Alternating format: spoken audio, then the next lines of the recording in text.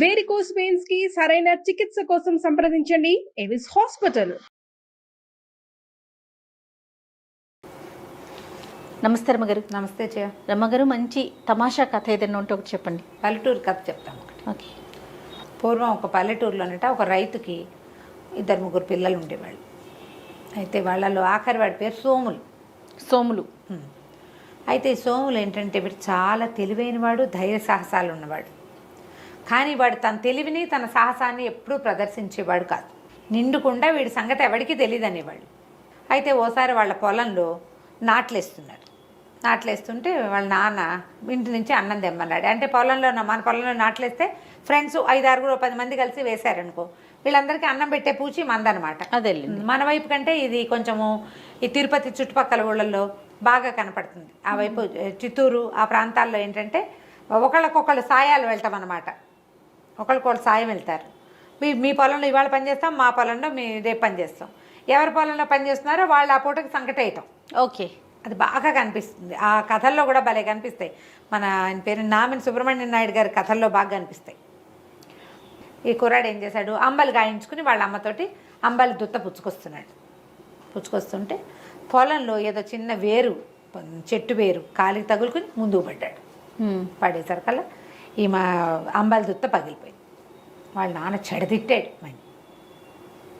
నిండుకుండా అంటే కుండ పగలేసావు నువ్వు, పనికి మాలిన వాడివి, ఓ మాట లేదు మంతి లేదు, ఓ ఇది లేదు అది లేదు, నీకేముందో నీకే తెలీదు అని తెగదిట్టి పో ఇంట్లో నుంచి, నీ బతుకు నువ్వు బతుకు, ఇక నేను పోషించలేను, బంగారం అంటే కుండ పగలగొట్టావు, కుండెడు అంబలి పగలగొట్టేసావు, పడబోసేసావు, ఇప్పుడు మళ్ళీ చేయించాలని తిట్టాడు. తిట్టేసరికల్లా సోములు అన్నాడు, ఇన్ని మాటలు పడి నేను మాత్రం ఎందుకుంటాను నాన్న, నాకు ఒక మంచిది ఇనప గద ఉక్కు గద చేయించివు, అది ఇవ్వు చాలు, నా బతుకు నేను బతుకుతా, నీ జోలికి నేను రానన్నాడు. వాళ్ళ నాన్న ఏం చేశాడు, ఒక ఆరమణుగుతోటి ఇనుముతోటి ఒక గద చేయించాడు. వీడు దాన్ని పళక్కమని విరిచేశాడు. ఇది గట్టిగా లేదు, ఇంకా గట్టిది కావాలన్నాడు. ఒక మణుగు పెట్టి చేయించాడు.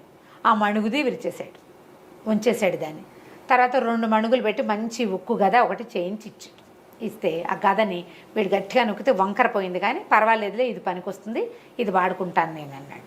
ఆ గదని చేత్తో పుచ్చుకొని తన దారిని తను పోయాడు. ఆ కాలంలో పిల్లల్ని ఇట్లా వదిలిపెట్టేసేవాడు. వాడు బతుకుతాడు, ఫలానా వాళ్ళ అబ్బాయి నేను చెప్తాడు, తర్వాత ఎప్పుడు వచ్చి కనపడతాడు నాన్నకి. ఈ 25 ఏళ్ళు వచ్చినా మనమే వెనకాల పడి అమ్మా నాన్న అన్నం చూసి చిక్కుడుకాయ కూర ఇష్టం, వంకాయ వేపుడు ఇష్టం అంటా లేవు పాతకాలంలో. నాకు తెలిసిన కాలంలో కూడా పిల్లల్ని పనిలో పెట్టి వదిలేసేవాళ్ళు, ఊరికే మంచి చెడ్డ కనుక్కునేవాళ్ళు, కాచి కాపాడ్డా లేవు అసలు. అయితే ఈ పిల్లాడు వెళ్ళిపోయాడు, సోములు వెళ్ళిపోయి ఆ ఊరు రాజుగారి దగ్గరికి పోయాడు. అయ్యా ఏదైనా పని ఇవ్వండి అంటే, ఆయన ఏం పని చేస్తామన్నాడు. నాకు గొడ్లు కాయటం ఒకటే వచ్చండి, పశువులు కాస్తా, మా ఊళ్ళో ఆవుల్ని నేనే కాసేవాడిని అన్నాడు. అంటే ఆయన అన్నాడు, సరే మన దగ్గర బ్రహ్మాండమైన ఆవుల మంది ఉంది, ఏం జీతం కావాలో చెప్పు అన్నాడు. 2 పూట్ల అన్నం పెట్టి ఏడాదికి ఒక 100 రూపాయలు ఇవ్వండి అని అడిగాడు. ఆయన అన్నాడు, జీతం ఎక్కువే అడిగావు, అయినా సరే ఇస్తా, ఆవులు మాయం కాకుండా చూసుకోవాలి నువ్వు, ఒక ఆవు మాయమైనా కుదరదు అన్నాడు. అంటే ఆవులు మాయమయ్యే లక్షణం ఉంది వీళ్ళ దగ్గర. సరే వీడిని పెట్టుకున్నాడు. వీడేం చేశాడు, తన ముక్కు కదా భుజాన్ని వేసుకుని పొద్దున్నే శుభ్రంగా ఇక్కడ వీళ్ళు పెట్టిన సద్దన్న తిని ఆవుల మందని తోలుకుని మైదానం పైకి తీసుకెళ్తే గొడ్లది బాగున్నాయి రాజుగారి దగ్గర, మంచి మైదానం అంతా పచ్చిగా, రాజుగారి ఆవులు కాబట్టి ఎవరు అడ్డం పడేది లేదు. మధ్యాహ్నం అయ్యేసరికి భోంతరాళాలు దదరిల్లేలాగా ఒక పెద్ద రాక్షసుడు ఒకడు వచ్చాడు. అయ్యో. ఇవి వచ్చి ఎవడు రావాడు అని అరిచేసరికి కంగారు పడి వీడు ఏమన్నాడు, ఎందుకన్నా అట్లా గరుస్తున్నావు, చెవులు పగిలిపోయేలాగున్నాయి, నీకేం కావాలి చెప్పు అన్నాడు. నాకు ఏదైనా కావాలన్నాడు. ఎందుకు, ఒక మంచి ఆవు ఏదైనా కావాలా, తీసుకుంటావా ఆవుని, తీసుకుపో, అరుపెందుకు దానికి అంటే సరేనన్నాడు. సరేనని ఏం చేశాడు, ఈ మొత్తం ఉన్న ఆవుల్లో ఒక బ్రహ్మాండంగా బాగా కండపట్టి ఉన్న ఆవును ఒకదాన్ని పట్టుకుని అడవి తీగలు తెచ్చి దాన్ని తిరగేసి కింద పడేసేసి కాళ్ళు కట్టేశాడు. ఓకే. రాక్షసుడు కట్టేసి, అరే కుర్రాడా ఇట్రారా, దీన్ని ఎత్తి నా భుజం మీద పెట్టన్నాడు. అనేసరికల్లా కుర్రాడు అన్నాడు, అట్టేట ఎత్తుతానన్నా, అట్లా ఎత్తలేను, నువ్వు ఓ పంచి ఈ 2 కాళ్ళకి మధ్యలో తలదూర్చు, తాళ్ళేసి కట్టేసావు కదా, తలదూర్చు, నేను మోపు చేసి పైకి లేవదీస్తా అన్నాడు. అనేసరికల్లా వీడేం చేశాడు, కాళ్ళకి 2టికి తాళ్ళు కట్టి వాటి మధ్యలో ఒక కర్ర పెట్టాడు. దాని మధ్యలోకి తలదూరిస్తే వీటితో లేవదీస్తాడన్నమాట. అదేలేండి. ఇది కొంచెం పాతకాలపు పద్ధతులు తెలిసిన వాళ్ళకి అర్థమవుతుంది ఎట్లా లేవదీస్తాడు అని. వీడేం చేశాడు, రాక్షసుడు ఇట్లా వంగి ఆ కర్రకిను ఆవుకి మధ్యలోకి ఇట్లా తలదూర్చంగానే మనవాడు ఏం చేశాడు, ఆ వంచుతూ ఉండగానే ఉక్కు కాదు ఉందిగా వీడి దగ్గర పెట్టి పడేయాలి మన తలకాయ పగల కొట్టేశాడు. వాడు వంగాడు, చేతులు అవి ఏమి వాడు స్వాధీనంలో ఉండవు. మనుషులు వంగినప్పుడు ఎట్లా స్వాధీనంలో ఉంటుంది? అవును అవును. అక్కడి నుంచి తలకాయ కొట్టేసి పటా పటా నడ్డి మీద దెబ్బలు కొట్టేశాడు. కొట్టేసరికల్లా ఆవు మీదకి వేయించి పక్కకు పడిపోయాడు. వాడు మెడ విరిగిపోయి చచ్చిపోయాడు రాక్షసుడు. వీడేం చేశాడు, ముందు ఆవు కట్లోడు తీసేసి దాన్ని చరిచి భయం తీర్చి దాన్ని వదిలేశాడు. అక్కడి నుంచి ఈ రాక్షసుడి మెడ అక్కడ వీడికి చిన్న చిన్న కత్తులు లాంటి సాధనాలు ఉన్నాయి. ఈ ఆవులతో పాటు వెళ్ళేటప్పుడు పులులు వస్తే ఉంటాయని చిన్న చిన్నవి ఇచ్చారు అక్కడ వాళ్ళు, చిన్న సంచి లాంటిది. ఆ రాక్షసుడి కుత్తుకు కోసేసాడు. ఆ కుత్తుకని తీసుకెళ్ళి మెడని తీసుకుపోయి తలని చెట్ల గుబురులో దాచిపెట్టాడు. అక్కడి నుంచి పక్కన వాగు, నీళ్ళున్న వాగుంది, ఓ పక్క అంతా కొంచెం మేటగా ఉంది. అక్కడ కూర్చుని కాసేపు ఈ కర్రతో తవ్వి ఈ రాక్షసుడి శరీరాన్ని అందులోకి దొరికించేసి ఇసుక పోసి కప్పేశాడు. సాయంత్రం ఆవులు తోలుకుపోయాడు. రాజుగారు ఆవులన్నీ లెక్కెట్టిచ్చారు. అన్ని ఆవులు ఉన్నాయి.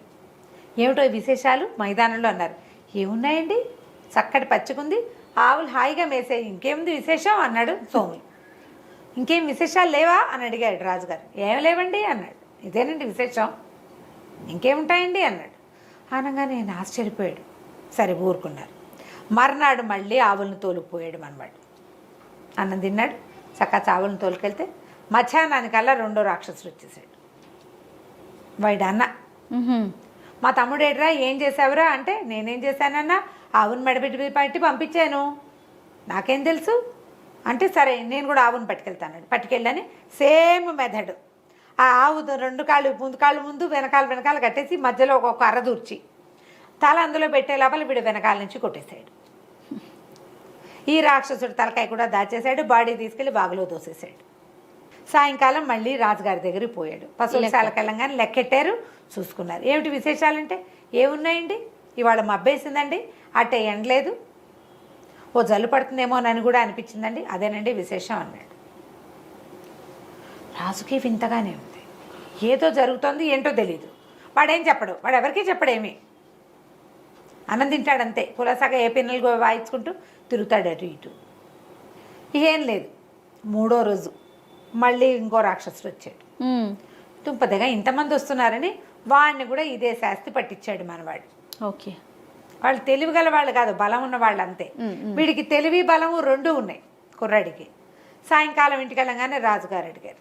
అడిగితే ఏమన్నాడు, ఒక ఆవు ఈయన ఒప్పుకో వద్దండి, రేపు ఇంటుందేమో చూద్దారండి, దాన్ని తీసుకెళ్ళొద్దండి, కట్టేస్తానండి, అదేనండి విశేషం అన్నాడు. నాలుగో రోజు ఒక ముసిలి రాక్షసి వచ్చింది వీళ్ళ దగ్గరికి, ఈ కుర్రాడి దగ్గరికి. ఏర్రా నా ముగ్గురు కొడుకులు ఏమైపోయారా, కనపట్టలేదు, నువ్వే ఏదో చేసావు వాళ్ళని అనేసి మీద పడింది. అది బక్కగా ఉంది, కానీ రాక్షసి పళ్ళు గిళ్ళు భయంకరంగా ఉన్నాయి, మిడిగుడ్లు.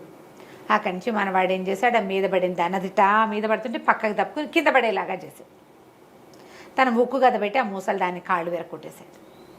అది లబో దిబోమని ఏడ్చింది. ఒరే నాయన, కాళ్ళు విరిగి నేనేం చేస్తాను రా, ఇక్కడ పడుంటా మైదానంలో, డేగలు గ్రాబందులు పీక్కుతుంటే చంపేయరా, నన్ను చంపేయరా అంటే, నేను చంపేను, అసలు మీరేం చేస్తున్నారు ఇంతకాలంగా, ముగ్గురు వచ్చారు, నువ్వు నాలుగో దానివి అంటే, అదేమంది, ఒరే మేము ఆవులను పట్టుకెళ్ళిపోయి తినేస్తాను రా, మా దగ్గర బోల్డ్ అంత డబ్బు ఉంది, రోజుకు ఒక ఆవు కావాలి మా నలుగురికి, మైదానంలోకి ఏ గొడ్డు వస్తే ఆ గొడ్ల నుంచి ఒక మందల నుంచి ఒక దాన్ని పట్టుకెళ్ళిపోతాము, రాజుగారు ఎంతమందినో మార్చాడు కానీ మేము గొడ్లను పడి, వీళ్ళు కాకపోతే ఇంకోళ్ళు వస్తారు, మా గుంపులోంచి తీసుకెళ్ళడం సులువు, ఒక్క ఆవు అయితే దాని వెనకాల పడాలి, అవును, పైగా పైగా అది వచ్చేస్తుంది అని చెప్పింది. చెప్పేసరికల్లా సరే ఏమంది, కాళ్ళు వేరు కొట్టేసావు, నన్ను చంపేయి అంటే, ఊరికే ఎందుకు చంపుతాను నేను అన్నాడు.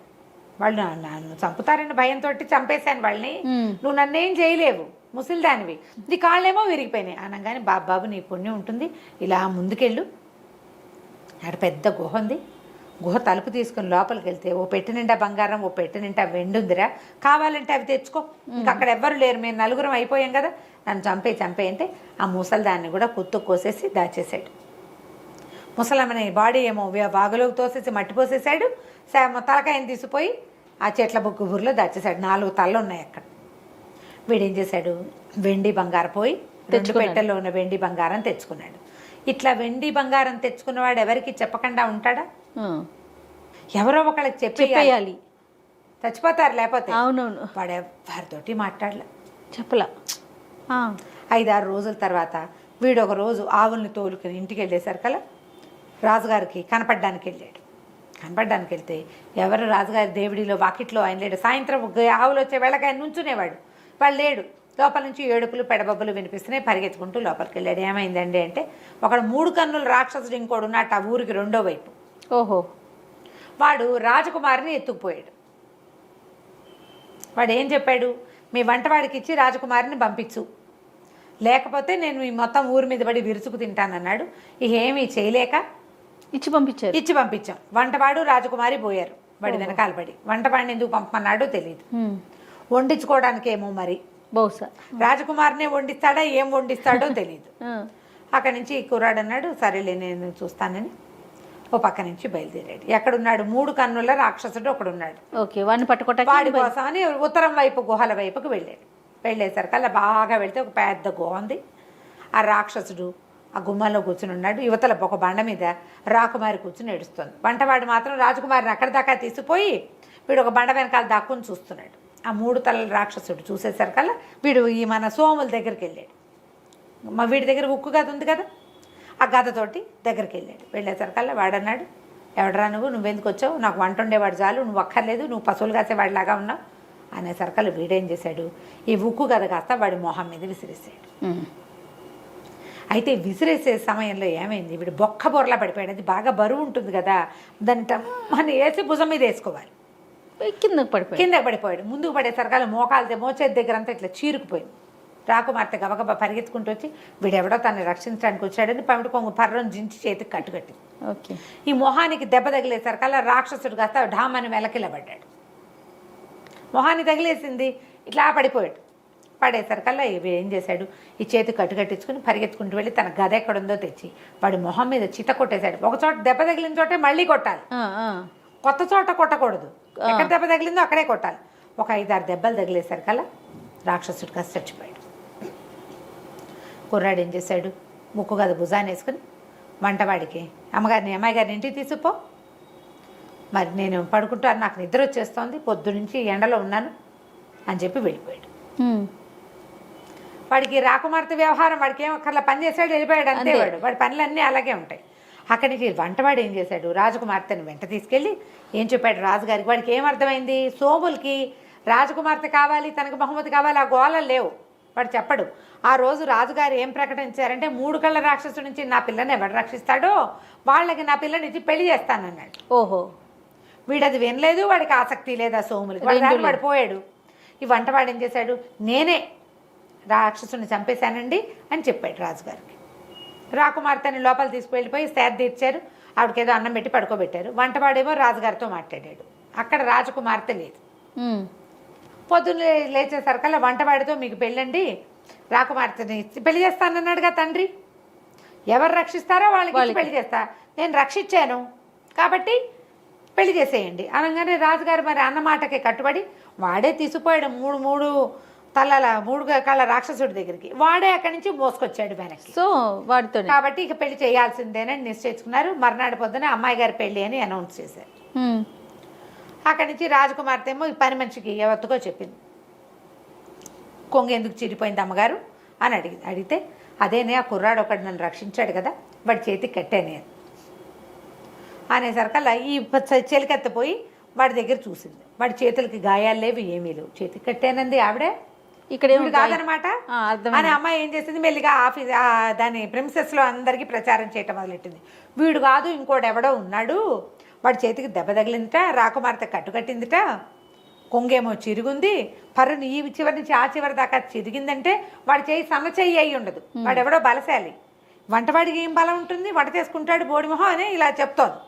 వీడికి వంటవాడి దిలాస ఏంటి, వాడు నిద్రపోతానని వెళ్ళిపోయాడంటే వాడికి లక్ష్యం లేదు. పైగా పశువుల కాపరి కంటే వంటవాడు నయం కాదు కొంచెం, కాబట్టి నాకే ఇచ్చి పెళ్లి చేస్తారనుకున్నాడు. అక్కడి నుంచి రాజు కాసేపటికి మొత్తాన్ని మధ్యాహ్నానికి ఎవరికైతే ఈ పిల్లనిచ్చి పెళ్లి చేయబోతున్నారో వాడు రక్షించిన వాడు కాదు అనేది తెలిసిపోయింది. ఒక చెలికత్తి వచ్చి వీడు కాదట కదండి, కానీ వాడితోటే మీ పెళ్లి చేస్తున్నారండి అని చెప్పింది. రాకుమార్తె హుటాహుటని పరిగెత్తింది తండ్రి దగ్గరికి. నాన్న వీడు కాదు, మా అబ్బాయికి దెబ్బ తగిలింది, వాడెవడో నాకు తెలియదు, వాడు ఎత్తుగా ఉన్నాడు, బలంగా ఉన్నాడు, దెబ్బ తగిలింది మోచేకిందంతా ఇదంతా దొక్కిపోయింది. నేను నా చీర కొంగు కట్టాను.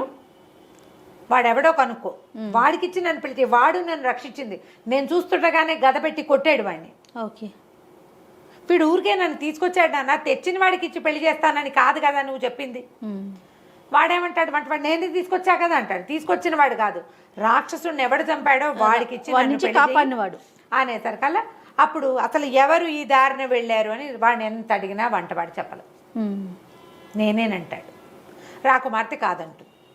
అక్కడి నుంచి ఎవరు వచ్చారు, ఎవరు వెళ్ళారు, అసలు ఈ దారి వెంబడి వెళ్ళిన వాళ్ళు ఎవరు అని ఎంక్వైరీ చేసేసరికల్లా ఒక 5-6 చెప్పారు. పశువులుగా వచ్చే సోములు ఇటు వెళ్ళాడు. వాడి భుజం మీద ఒక ఉక్కు గద ఉంది. ఈ పిల్ల చెప్పింది గద ఉంది వాడి దగ్గర అని.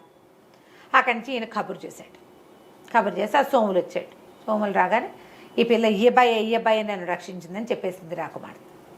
ఆయన రాజుగారు అడిగాడు, ఏమిట్రా నాయన నువ్వే చేసావంటే అవునండి. మరి చెప్పలేదు ఏమిట్రా? ఏముందంటే అందులో చెప్పడానికి, అందులో పెద్ద మ్యాటర్ ఏముంది? అమ్మాయి గారిని తీసుకుపోయాడు, పిల్లని పెళ్లి చేసుకుంటాడో చంపేసి వంట చేయించుకుంటాడో తెలీదు.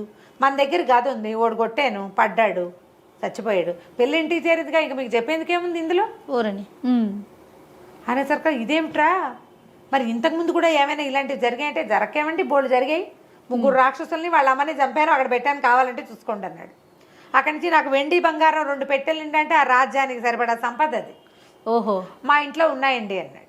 మరి నువ్వు ఎందుకురా పశు వృత్తి చేస్తుంటే? నా పని అదే కదండి, నాకు అదే వచ్చు, అందుకని నేను అదే చేస్తున్నాను. రాజుగారు ఆశ్చర్యపడి, నిండుకుండంటే ఇదే ఇట్లాగా? వాడికి డబ్బులు వచ్చినా వాడు తన పని మానలా, అంతే. ఎవ్వరికీ చెప్పాల, తనంత సాహసకార్యం చేసినా చెప్పలేదు. కనీసం రాజుగారికి వీడిని నేను చంపా, ఇదిగో మీ పిల్ల అని కూడా అప్పచెప్పల. అమ్మాయి సేఫ్గా వెళ్ళింది, నాకు అంతే చాలు అన్నాడు. రాజుగారు చాలా సంతోషించి ఆ సోముల్ని తన అల్లుడిని చేసుకున్నాడు. సోములు వాళ్ళ నాన్న ఆశ్చర్యపోయాడు, అప్రయోజకుడు అనుకుంటే వీడు ఇంత ప్రయోజకుడు అయ్యాడు అని. తర్వాత ఆ రాజ్యానికి రాజు అయ్యాడు. కథ కంచికి మనం ఇంటికి. సూపర్ అండి. నమస్తే. నమస్తే.